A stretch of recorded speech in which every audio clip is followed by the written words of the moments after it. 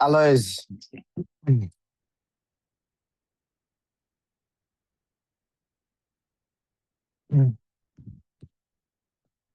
हमारे बेटे सिलेबस के अंदर वैसे तो एलॉयज बहुत सारे होते हैं।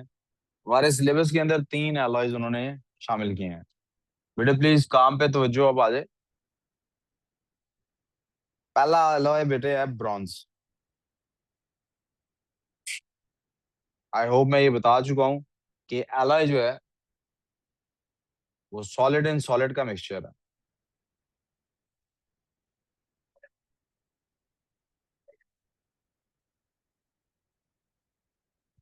मैं इस बात को थोड़ा सा पीछे से लेके आता हूँ ताकि कनेक्ट होती महसूस हो और समझ आने में कोई प्रॉब्लम ना हो।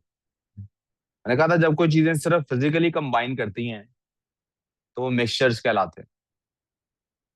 ठीक है। उन्हें कोई फैमिली नहीं कहा जाता। मिक्सचर्स फिर काफी तरह के होते हैं। ये बात जो पहले लेक्चर में नहीं पिछले में डिस्कस हुई अब करने लगा। सॉलिड का सॉलिड से मिक्सचर हो सकता है। आप रेत और नमक मिक्स कर दें कौन रोकेगा। सॉलिड का लिक्विड में मिक्सचर हो सकता है। आप जब चीनी पानी में मिक्स करते हैं तो वो केमिकल कॉम्बिनेशन नहीं होता, इलेक्ट्रॉन्स का कोई तबादला नहीं होता। चीनी मिक्स हो जाती है। That's our mixture. नमक को पानी में डालते हैं। That's a mixture. Physical combination की एक निशानी ये भी है कि उसको बगैर किसी केमिकल प्रोसेस के सेपरेट भी किया जा सकता है। तो इसका मतलब हम सेपरेटिंग टेक्निक्स का भी चैप्टर आगे आएगा। लेकिन अभी सेपरेटिंग टेक्निक्स नहीं पढ़ रहे हम। गैस इन लिक्विड का भी एक मिक्सचर होता है। मैं इनकी भी एग्जांपल्स दिखा दूंगा चले। यानी गैस को मिक्स किया जाता है लिक्विड में। गैस इन गैस का भी मिक्सचर होता है। इस मिक्सचर में से मैंने कहा हम जरा पहले फोकस करते हैं अपने सिलेबस में। सिलेबस हमारा कहता है एक तो गैस इन गैस मिक्सचर की एक टाइप है एयर। एयर एक मिक्सचर का नाम है। एक तो इसको आपने स्टडी करना है, इसको भी हम डिस्कस नहीं कर रहे। एक सिलेबस कहता है एलॉय होता है और एक सोल्यूशन होता है। ये भी एक कैटेगरी है मिक्सचर की और ये भी एक कैटेगरी है मिक्सचर की। जो एलॉय होता है, मुझे अब इसको देख के लग रहा है शायद मैंने पहले नहीं बताया। जो एलॉय होता है वो क्या होता है, सॉलिड प्लस सॉलिड। यानी सॉलिड में सॉलिड ही मिक्स होता है। सॉलिड के अंदर सॉलिड के ही पार्टिकल्स मिक्स होते हैं। लेकिन जो सोल्यूशन होता है वो क्या होता है, बेसिकली सॉलिड के अंदर, ये लिक्विड के अंदर सॉलिड मिक्स किया जाता है। इसको सोल्यूशन कहते हैं। और हम इसको भी अभी डिस्कस करेंगे। आज मुझे एलॉय डिस्कस करना है। इस मेटल के अंदर मेटल भी हो सकता है और कोई नॉन मेटल भी हो सकता है। मैंने बताया था उसकी फिजिकल प्रॉपर्टी पे इम्पैक्ट आएगा। मेटल है ना हार्ड होता है। लेकिन हमने पढ़ा ना मेटल की एक प्रॉपर्टी है मैलिएबल है, डक्टाइल है। मैलिएबल का मतलब आप उसको चेंज कर मोल्ड कर सकते हैं किसी और शेप में। आपने अभी तक रजिस्टर नहीं खोला, हीट अप करके हथौड़े से मार के आप उसको मोल्ड कर सकते हैं। और कर हम ये काम एलॉय के साथ भी सकते हैं। लेकिन एक फर्क है। जो मेटल है वो बिल्कुल रेगुलरली अरेंज है तो लेयर के ऊपर से लेयर स्लिप कर जाती है, आराम से हो जाता है। कंपैरेटिवली आराम से हो जाता है। होता तो बहुत मुश्किल से है, आसानी से नहीं होता। कंपैरेटिवली आराम से हो जाता है। मुश्किल कितनी मुश्किल से होता है आपने ये देखना हो तो आप वो जो आपके पास शॉपिंग बैग होता है प्लास्टिक का, उसकी एग्जांपल ले लें। उसको आप पकड़ के खींच के उसकी शेप थोड़ी सी डिस्टॉर्ट कर सकते हैं ना। हम्म। लेकिन आपके पास अगर वो मेटल का हो, वही कोई पीस, कोई बॉक्स हो, उसकी शेप मुश्किल है। एलॉय के अंदर भी ये हो जाता है, लेकिन और मुश्किल हो जाती है। क्यों? क्योंकि एलॉय के अंदर सॉलिड के जो मेटल के जो पार्टिकल्स रेगुलरली अरेंज थे उसमें कोई और ऐसा पार्टिकल आ गया जिसने उसकी अरेंजमेंट को इरेगुलर कर दिया। तो लेयर का लेयर पे स्लिप होना थोड़ा सा डिफिकल्ट हो गया। कंक्लूजन हमने ये ड्रॉ किया था, मेटल इज हार्ड, एलॉयज कोई कंफ्यूजन। हमारे सिलेबस में कुछ एलॉयज शामिल हैं। एक एलॉय का नाम है ब्रॉन्ज, दूसरे का नाम है ब्रास और तीसरे का नाम है स्टील। आपको ये तीनों एलॉयज के बारे में जो बेसिक इंफॉर्मेशन पता होनी चाहिए मैं वो आपके सामने ड्रॉ करने लगा हूं। ये भी के भी इंशाल्लाह याद कर लेंगे हम। अब्दुल आदि ठीक है। अब्दुल आदि ऑलराइट। अभी के भी इंशाल्लाह हम इसको याद भी कर लेंगे। याद क्या करना है आपने, ब्रॉन्ज जो होता है ये copper, basically this is copper. Copper के अंदर जिसको कि Cu कहा जाता है, इसके अंदर टिन के कुछ पार्टिकल्स मिक्स्ड होते हैं। टिन का सिंबल SN। कितना होता है?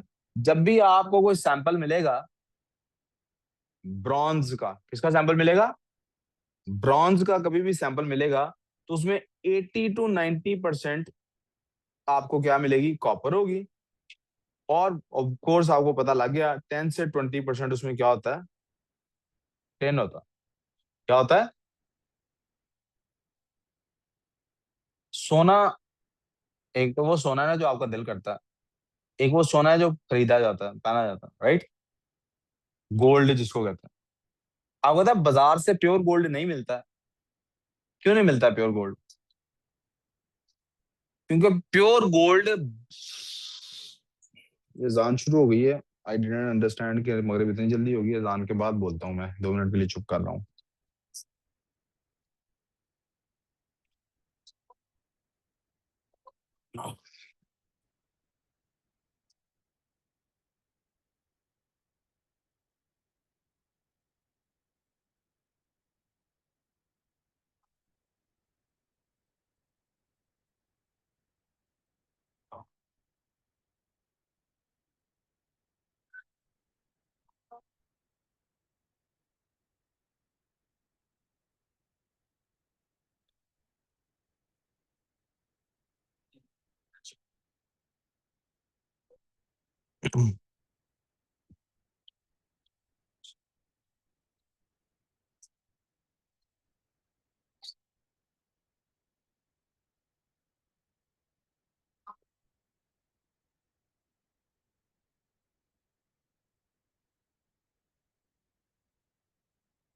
चलो।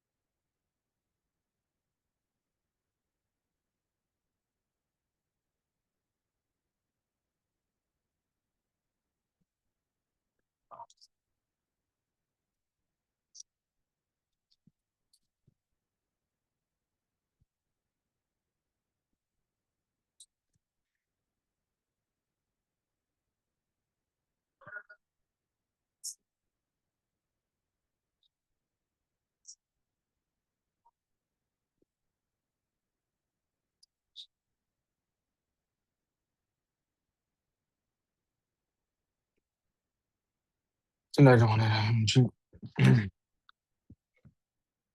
अच्छा जी। गोल्ड बेटा आपको प्योर नहीं मिलता। क्यों नहीं प्योर मिलता? क्योंकि गोल्ड इतना सॉफ्ट होता है अपनी प्योर हालत में कि वो कोई भी शेप रख ही नहीं पाएगा। वो कोई भी शेप। आप में से जिन जिन्होंने चूड़ियां पहनी हुई हैं कभी जिंदगी में, लड़कियों से पूछ रहा हूँ, आप में से जिन जिन्होंने चूड़ियां पहनी हुई हैं कभी जिंदगी में, और सोने की पहनी, चाहे अपनी अम्मी की पहन के देख लियो, तो यू माइट हैव ऑब्जर्व कि अगर आप उस चूड़ी को हाथ में पकड़ के जोर से दबाएं तो उसकी शेप चेंज होती है। मेटल तो बहुत हार्ड होता है। सारे मेटल बहुत, ये मैं कांच की चूड़ियों की बात नहीं कर रहा, मैंने इसीलिए लड़कियों से पूछा था। जौन सी आप लोगों ने पहनी है उनकी बात नहीं मैं कर रहा, लड़कियों वाली चूड़ियों की बात कर रहा हूँ। कि वो चूड़ियां जो लड़कियां पहनती हैं सोने की, उन चूड़ियों को अगर दबाया जाए, अब प्योर गोल्ड इससे भी कहीं ज्यादा सॉफ्ट होता है। इसलिए उसके अंदर कुछ और मिक्स किया जाता है। तो 24 कैरेट, 23 कैरेट, 22 कैरेट, 21 कैरेट क्या होता है कि कितना इम्प्योरिटी इसमें ऐड की है। तो इम्प्योरिटी समटाइम्स फायदामंद भी होती है, इम्प्योरिटी हमेशा नुकसानदेह नहीं होती।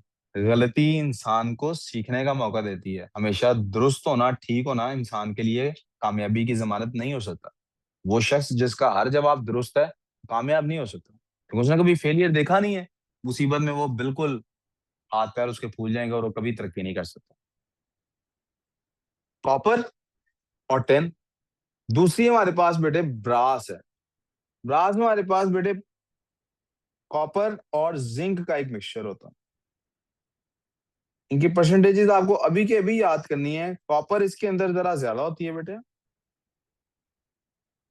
87 टू बेटे, सॉरी, 60 to 70% इसके अंदर कॉपर होती है। और इसके अंदर इसके साथ बेटे जिंक शामिल होता है। तो ऑफ कोर्स 30 to 40%। क्या सिर्फ यही शामिल है? नो बेटे, और भी कुछ शामिल होने का इम्कान है, लेकिन वो इम्कान ना होने के बराबर है। हम जिनको एलॉयज कर, अच्छा सोने की मैं फिर से जो बात करने के लिए जिसकी सोने की बात की थी वो तो भूल ही गया। मैंने सोने का लफ्ज बोला आपके सामने, दुनिया में गोल्ड कितना इंपॉर्टेंट है, तो हम गोल्ड क्यों नहीं सिलेबस में हमारे, ये क्यों सिलेबस में? ब्रास है क्या बेटे? कमर्शियली क्योंकि हमारा इस्तेमाल इनके साथ होता है। कमर्शियल यूज जो है, आप इंडस्ट्री में जब जाएंगे तो गोल्ड कोई कमर्शियल यूज के लिए तो इस्तेमाल होने वाली चीज नहीं। Yes it is an important chemical, आपको इसको स्टडी करना है। यार आप शुरू नहीं कर रहे काम, क्या मसला? But it is not something जो इंडस्ट्रियली कमर्शियली यूज होता। कमर्शियली और इंडस्ट्रियली कौन सी यूज होते हैं? कॉपर की तार मिलती है ना, ब्रास के इस्तेमालात होते हैं ना, उसमें से हम, आप आगे जाके ए लेवल्स में उसके बाद पढ़ेंगे हम उसमें से कैसे कभी इलेक्ट्रोड्स बनाने होते हैं या प्योरीफाई करना होता है कॉपर को, या कुछ प्योर मेटल निकालना हो कॉपर का। और स्टील हमारे यहाँ इस्तेमाल होती है। स्टील बेटा आयरन की एक, मैंने आयरन नहीं लिखा इधर, जिंक का भी सिंबल लिख देना चाहिए, बाकियों का लिखा तो। आयरन का बेटे सिंबल होता है Fe। और इसके अंदर हमारे पास कार्बन इस्तेमाल होता है बीच में, लेकिन हमारे पास जो सिलेबस ने हमें दिया है वो सिर्फ कार्बन नहीं है। 96 to 99% इसके अंदर बेटे आयरन ही होता है, और 1 to 4% इसके अंदर कार्बन है। इसके अंदर बेटे अब क्रोमियम की प्लेटिंग भी होती है। स्टील के अंदर क्या होती है, क्यों इस्तेमाल होता है क्रोमियम, फिर किसी टाइम पे अभी आपको बताऊंगा, ठीक है। लेकिन ये बहुत कम, 1% से भी बहुत कम है, नेग्लिजिबल है, हम इसको इस्तेमाल नहीं कर। वी गुड सो फार? अभी याद कर लेते हैं। आप बोलेंगे मैं पूछूं, ब्रॉन्ज में क्या क्या होता है जी? कॉपर और जिंक किसी ने कहा। हाँ दोबारा, कॉपर और टिन से क्या बनता है? कॉपर और टिन से क्या बनता है? कॉपर और टिन से क्या बनता है? कॉपर और जिंक से, कॉपर और जिंक से, कॉपर और जिंक से। और स्टील में क्या होता है? और साथ किसका टच होता है? यार इसको अब रख दो, मैं क्लास खत्म करके पहले नमाज पढ़ूंगा फिर चाय पीऊंगा, इसको भी रख दो। वी गुड सो फार बेटे? तो कंफ्यूजन? सिर्फ 2 1 मिनट और, हमने असर जितनी लेट कर ली मगरिब उतनी लेट नहीं करेंगे। मुझे सिर्फ आपको मिक्सचर्स की टाइप्स हल्की सी डिस्कस करनी, ताकि उनकी एक एक एग्जांपल दे दूं, उसमें से फिर सिलेबस निकाल लेते हैं, ठीक है। Types of mixtures.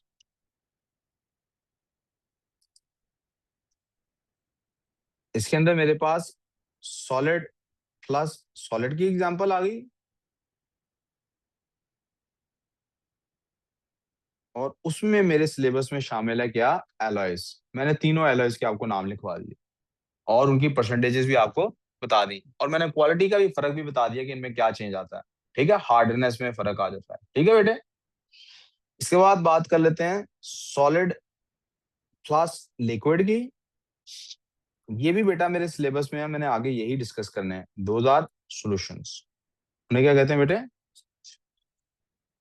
यहाँ तो कोई प्रॉब्लम? अच्छा, इनकी मैंने एग्जाम्पल्स नहीं लिखी, कैटेगरीज लिखी हैं। क्या लिखी है? इनकी एग्जाम्पल्स हम आगे स्टडी करेंगे फर्दर। अब बात कर, सॉलिड इन सॉलिड हो गया, सॉलिड इन लिक्विड हो गया, क्या सॉलिड इन गैस भी होता है? यस होता है। लेकिन हमारे सिलेबस का हिस्सा, लिखूं कि ना लिखूं, लिख देता हूँ चलो। उसको किस कलर से लिख दूं? ब्लू से लिख देता हूँ, आपने इसको कंसिडर नहीं करना।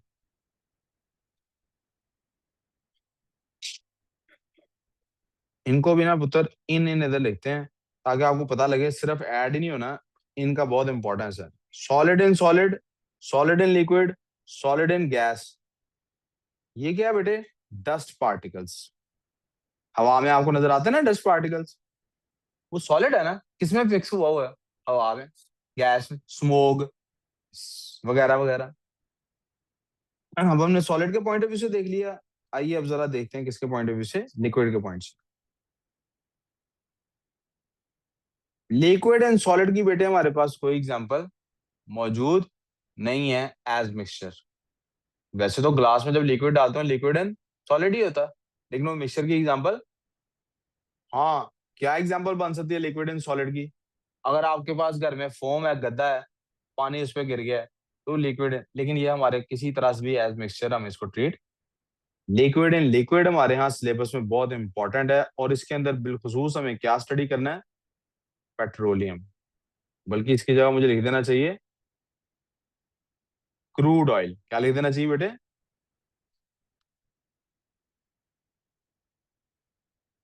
लिक्विड एंड लिक्विड की एग्जांपल आ गई। लिक्विड एंड गैस की एग्जांपल भी मैं ब्लू से इसलिए लिख रहा हूँ क्योंकि वो भी हमें स्टडी नहीं करनी।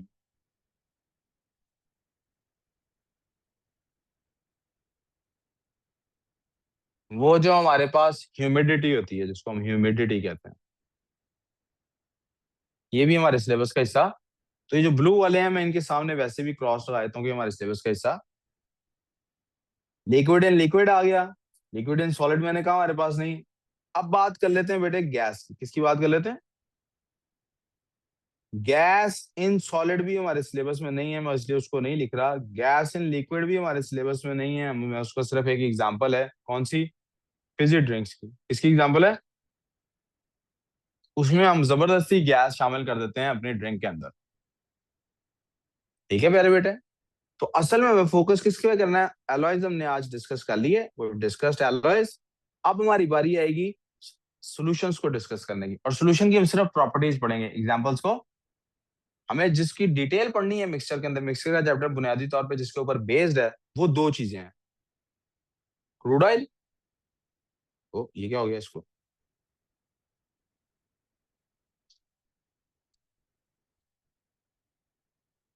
और गैस इन गैस की एग्जांपल।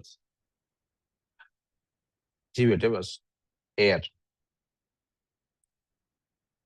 ये बेटे हमने हमारे मिक्सचर का चैप्टर बुनियादी तौर पे इनके ऊपर बेस्ड। कोई कंफ्यूजन बच्चों? तो नमाज पढ़ के इंशाल्लाह मंडे को ही इसको केमिस्ट्री को कैरी करेंगे। नमाज पढ़ के हम फिजिक्स की तरफ चले जाएंगे, ठीक है? जी बेटे, तो 6 बजे छुट्टी दूंगा ना।